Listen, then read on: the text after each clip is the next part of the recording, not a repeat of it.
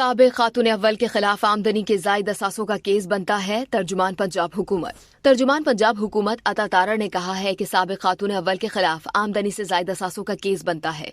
ये पाकिस्तान की तारीख में कभी नहीं हुआ कि खातून अव्वल अपनी एक सहेली के जरिए लोगों से हीरे इकट्ठे कर रही हैं और आप जो करना चाहें वो करा लें और हमें सिर्फ हीरे दे दें। ये जो घिनौना धंधा था ये आमदन से ज्यादा का केस बनता है।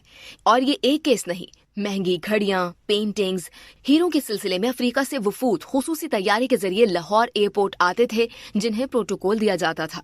वो हीरे जवाहरात आकर फराह गुगी को जमा करा देते थे और इस तरह ब्लैक मनी को वाइट करने की कोशिश की गई। इन हीरो को दुबई की ब्लैक मार्केट में 5% कम डॉलर रेट पर बेचा जाता और हवाला हंडी के जरिए वो पैसा मंगवाया जाता था। उन्होंने कहा कि इमरान खान ने टैक्स एमनेस्टी स्कीम के जरिए अपनी बेगम के दोस्त के शौहर एहसन जमील गुज्जर को 32 करोड़ रुपए के टैक्स की छूट। ये तो सीधा सीधा बेनामी का केस है। इमरान न्याजी ने इसके अवज़ कितने पैसे लिए होंगे या घर का खर्चा चलवाया होगा। इमरान खान के 6 दिन गुजर गए लेकिन वो वापस नहीं आए। दूसरों को चोर चोर, डाकू डाकू कहने वाला मुल्क की तारीख का सबसे बड़ा डाकू निकला।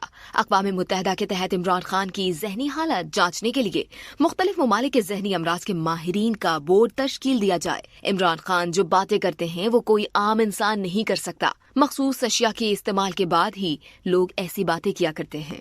मजीद जानने के लिए सब्सक्राइब कीजिए डेली जंग यूट्यूब चैनल और लाइक कीजिए हमारा फेसबुक पेज।